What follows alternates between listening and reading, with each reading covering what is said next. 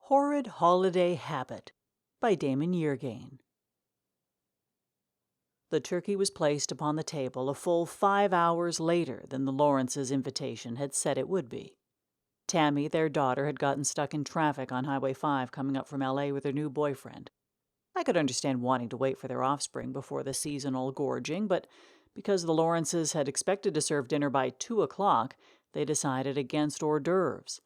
Nor were we allowed to nibble on the plethora of salads, cakes, and pies that lined the kitchen counters. These were for dinner, I overheard Carol Lawrence telling her husband George.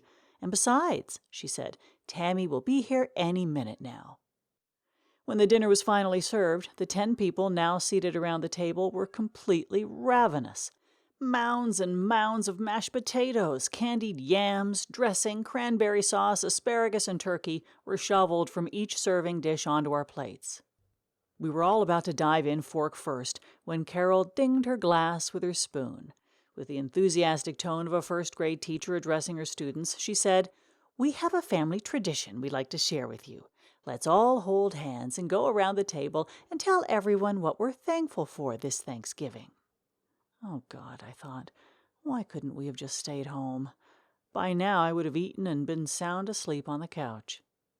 My wife grabbed my hand and gave it a hard squeeze as if to warn me. Reluctantly, I reached my free hand over to Old Man Lawrence, who was seated to my left. "Come on, Dad, don't be a party pooper," Carol said to her father-in-law, who was refusing to put down his fork. The old man shook his head, muttered something about his daughter-in-law being a kook, and then grabbed my hand. Tammy Lawrence, the one responsible for the turkey famine, went first. Why didn't she leave earlier? Why didn't she come up last night?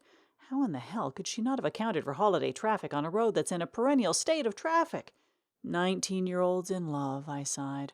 I could only hope that she would make up for her tardiness by being succinct. She wasn't. College, her friends, the beaches in Southern Cal, professors, the checkout people at the local Starbucks, and of course her new beau.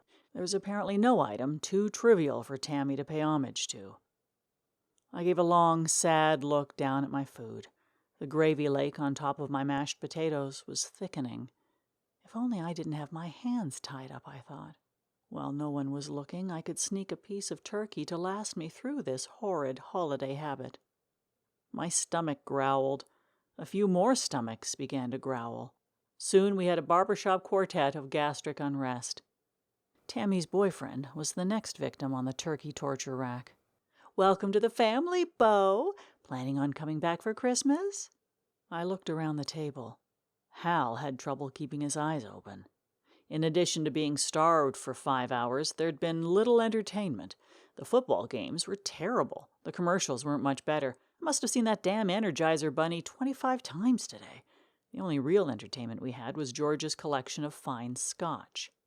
Hal Bauer and George had quite a thirst. Hal now seemed to be keeping time with his head bobs. I bet he was going to catch hell from his wife Carol later. Man, I'm glad I don't like scotch. Speaking of wives, I blame mine for all of this. I was content with staying home, but since the last of our own kids moved away a couple of years ago, she feels that we need to connect with others. This apparently means that on holidays we either have to have guests or become guests ourselves.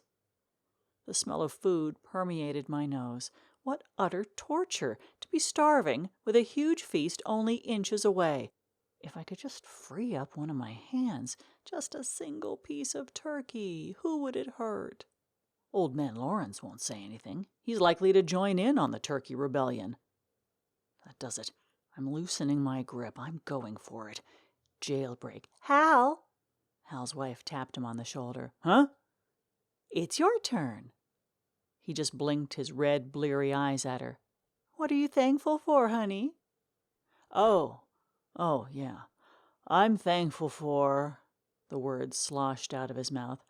"I'm thankful for the Energizer buddy. That little pink bastard just keeps going and going and going." Hal fell headfirst into his mashed potatoes. I suppose I should feel guilty for picking up my fork, But with the rush of people who went to Hal, there wasn't much assistance I could offer.